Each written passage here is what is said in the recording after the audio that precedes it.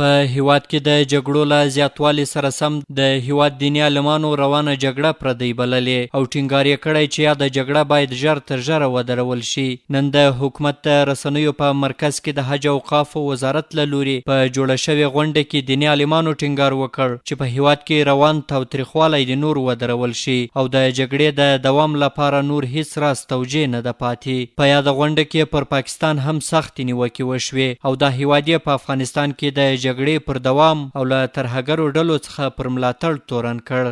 د حج او اوقافو وزیر محمد قاسم حلیمي وویل جګړه پردی او په افغانانو باندې تپل شوې ده. د نوموړي په خبره بغیر له دې چې افغانان پکې ووژل شي، بې کوره شي او عامه شتمنۍ ورانې شي، نور یې هیڅ راز ګټه دې وطن ته نه رسیږي.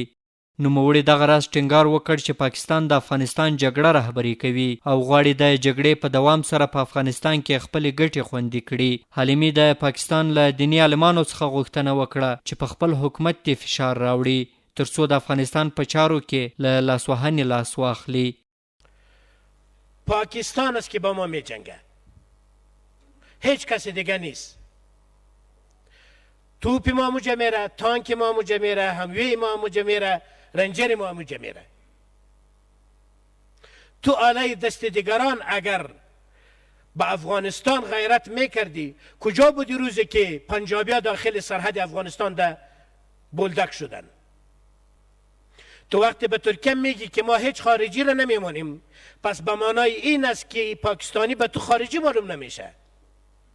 کشور فروختی. با علمای حقانی پیام ما است که حکومت پنجاب از مداخله در افغانستان منع بکنین. نوموړي دغه راز پر حکومت غږ وکړ چې هغه دیني عالمان چې له ترهګرو ډلو ملاتړ کوي مخنیوی دې وکړي. د نوموړي په خبره دې کسانو ته نور په دې هیواد کې ځای نشته او دوی په کار نه لري. یه جهال که در جامعه علما نشستند ما جوابشان گفته نیستیم و نمیمانیم که دیگه جاهل بخیزه در منبر علیه ملت ما دشمن را به شمشیر دشمن دست برده. با حکومت صدا میکنم هر آن کسی که با دشمن یک جا میشه، باز میگم عالمی که جنازه شهید ما را نمیخوانه، عالمی که به ضد ملت ما دشمن تقویه میکنه، بزنین بکوبین پارتین د زندان پارتین. په یاده غونډه کې د علماو د سرتاسري شورا غړي سید رحمان احساس وویل چې دوی د امنیتي ځواکونو ترڅنګ ولاړ دي او په هر حالت کې ملاتړ کوي. هر هغه اسباب او وسایل چې د موږ هویت او حیثیت په دې مملکت کې ثابتوي او موږ د دغه مملکت غړي اوسیدونکي بولي، هغه ټول من حیث د وسایلو موږ د ځان د ساتنې او د مملکت د ساتنې لپاره په خپلو مقدساتو کې شمیرو چې په دې کې د موږ اردو، د موږ پولیس، د موږ امنیتي ارګانونه هغه قوي او مثبت اعظمي رول لري.